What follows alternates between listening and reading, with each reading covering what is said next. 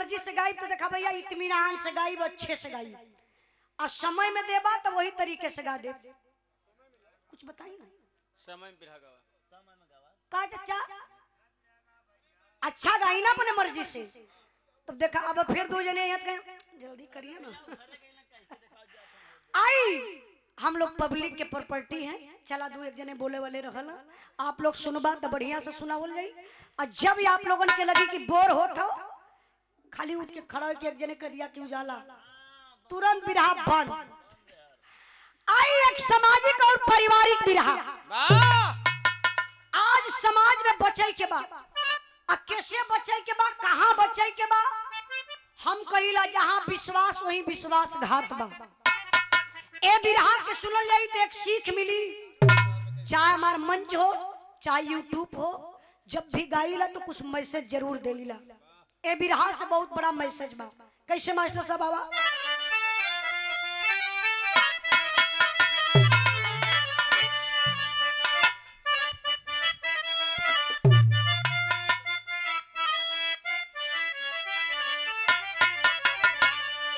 अरे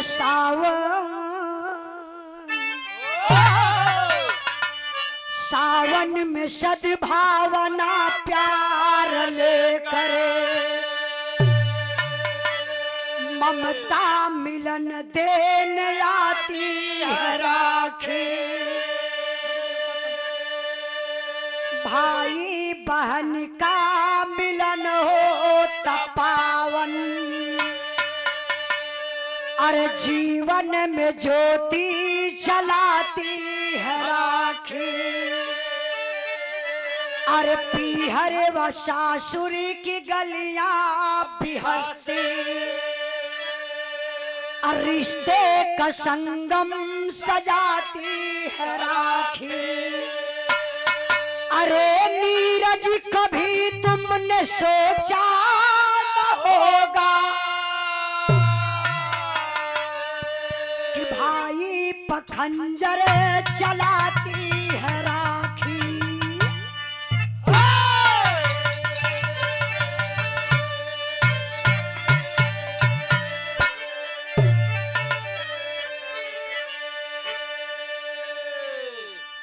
आज का जमाना बा, लोग कहिला कि जमाना जरत बा, लेकिन हम कहिला कि जमाना नहीं खे जरता।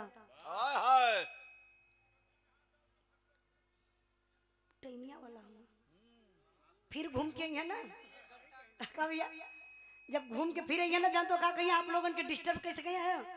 थोड़ा जल्दी, टाइम ज्यादा हो गई, थोड़ा जल्दी करें। और बाहर जाए के बतियावत हूँ, सबके डिस्टर्बो कैले हूँ। गौर करे बाबू, आप लोग कहिला कि जमाना जरत बा, लेकिन हम कहिला कि हई जमाने के लोग जल रहे हैं। इंसान के इंसान से बहुत बड़ी नफरत हो गई।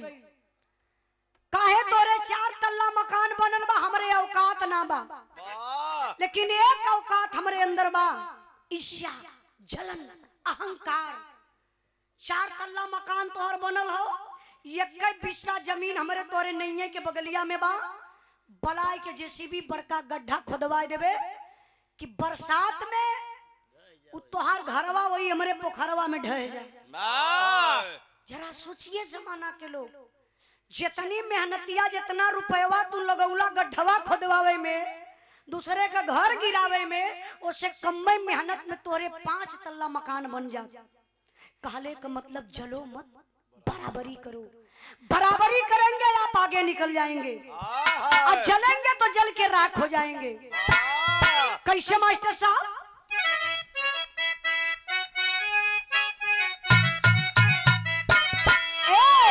राखी के प्यार को, राखी के प्यार को,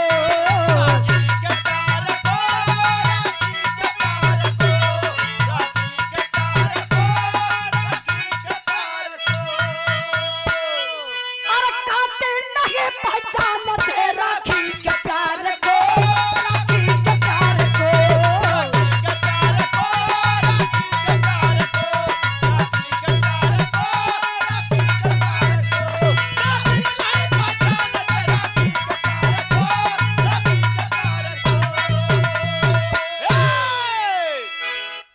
शुरू हो गई बा। आप लोग देखली है सुननी है बिरहा में कि एक बहिन दरोगा साहब के राखी बाधत बा, लेकिन यहर भी बहिन बा। ई बहिन देखा भाई के साथे का करत बा, जरा विचार करे कैसे मास्टर साहब।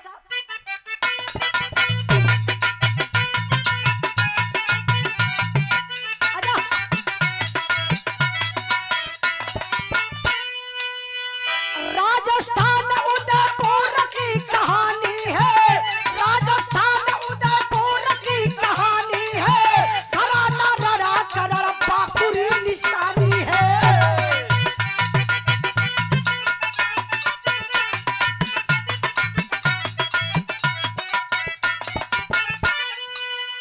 दरस पुरोहित उसी गांव के गरीब रहे, दरस पुरोहित उसी गांव के गरीब रहे, विधाता रूठ गए बड़े बदनसीब रहे।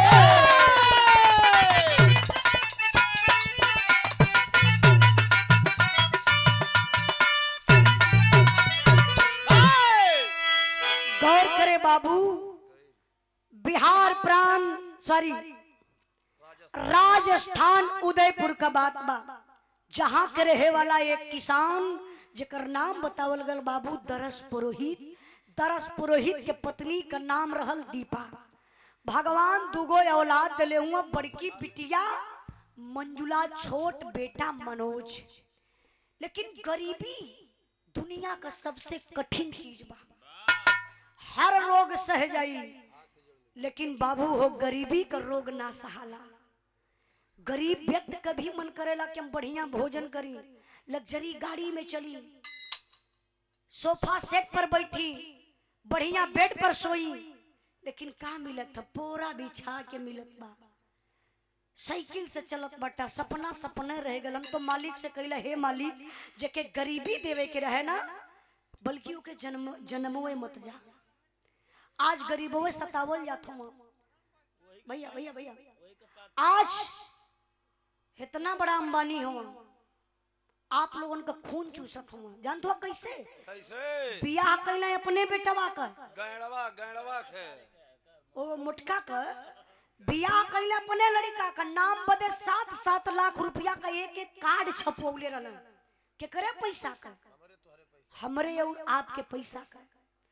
अंबानी के उतनी औकात कहाँ कि अपने पैसा से अपने लड़का का बियाह कर ले। 50-50 रुपया हर घर हर परिवार से, एक एक मोबाइल का रिचार्ज 50 रुपया जब बढ़ल तो आप लोग चंदा दहला की ना? इहे बात बा। सरकार भी अमाने के लूटत बा। 5 किलो राशन अपने बाप के घर से ना देत हुआ, रसनवा का पैसा आपे लोग देला, जो नहीं टैक्स लगेला रोड पर। देखा जगह जगह रोड पर गुंडा टैक्स, टोल टैक्स। अब मान के अवल पानी 2-4 गो लग जाए, 1000 रुपया खर्चा हो जाला खाली टोल टैक्स में। उजाला कहाँ? सरकार के खाता में। हाँ सोचा जरा, तो कहीं ना कहीं हर तरह से गरीब सतावल जाता हूं। गरीब दरस पुरोहित बिटिया घर में सयान हो गई, घर में पैसा ना बा, बिटिया का बियाह तय कैलन। आए बाबू वही जिला अलवर में, अपने जिले राजस्थान में एक जिला पड़ेला जिला अलवर, शादी बिटिया का तय कैलन। लोगन से उधार रुपया लेके बिटिया का बियाह तक कर दहलन। समय बीतल, कर्जा ना चुका पौलन, अब कर्जमान दुआरे आवे लगलन, गाली गलौज देवे लगलन, मारे पीटे का धमकी दे। अब दरस पुरोहित के चिंता पकड़ ललस। देखिए हम बताओ बानी, आप लोग भी ये बात के ध्यान से सुनिए। आप लोग चाहे कितनो बड़ी विपत्ति आ जाए ना, चिंता कभो मत करिए। चिंता चीता के समान होले। विपत में मेहनत करा, दिमाग लगावा, परिश्रम करा, धीरज रखा, लेकिन चिंता कर लेबा बाबू तो धीरे धीरे सुखा जाइबा। ऐसा रोग पकड़ लई कि डॉक्टरों ना बचाए पाई है। चिंता चिता के समान होला। दरस पुरोहित चिंता कैलन, ए बाबू खाना पानी छूट गयल, शरीर से आत्मा निकल गई। धीरे धीरे समय बीतल, मरत वक्त एक ठे बात कहले रहले अपने दुल्हन से कि देखा मंजुला कमाई, अगर हम मर जाइब ना तो हमरे बेटवा मनोज के पढ़ाई लिखाई के बढ़िया पोस्ट पर कर दिया, बढ़िया रुपया कमाई, बेटवा हमरे कर्जा के चुका देई, हमरे आत्मा के शांति स्वर्ग में भेटाई जाई। बाबू माई के बतिया सालत रहल, विधवा मतारी बुढ़िया करत का ही तर्ज बड़ी बढ़िया लगल बा मास्टर साहब।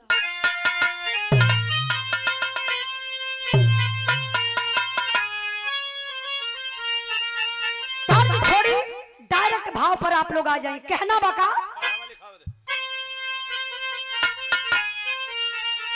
अरे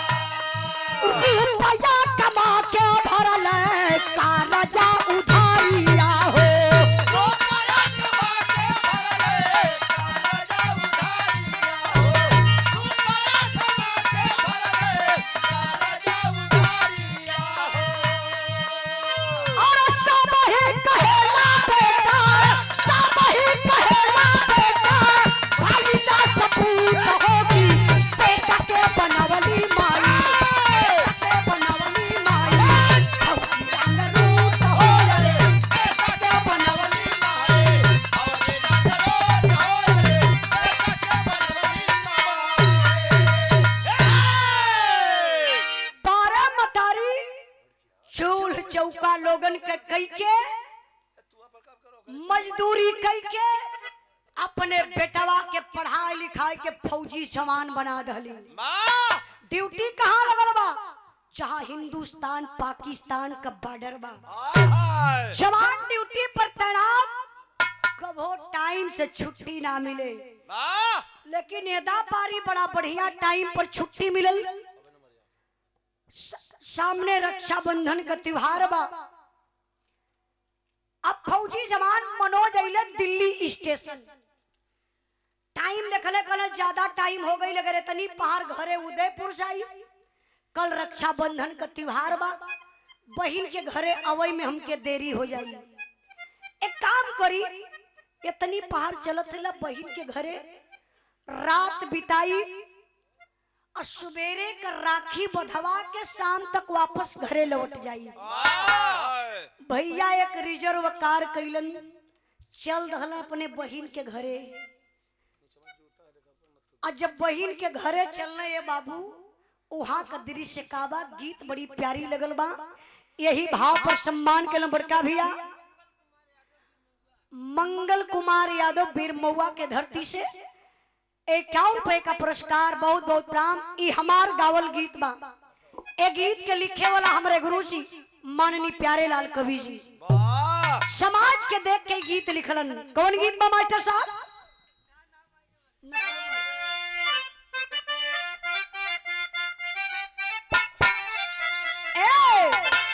नसवा में पियावा मोर माताल रे, हर माताल रे, दरुआ पी के पागलाल।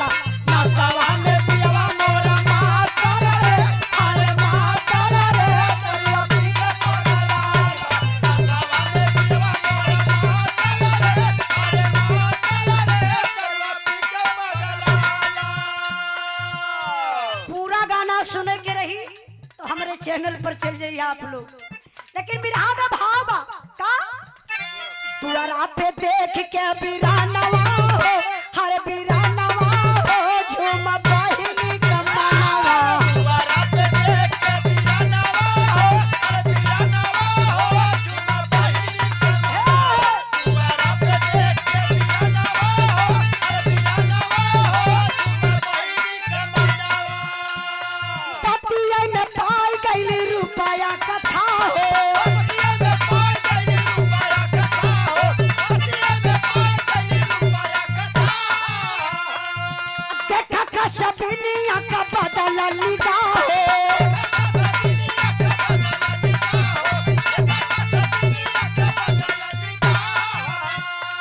लूटे बदे भाई के खजानावा हो और खजानावा हो झूमा बहिनी कमानावा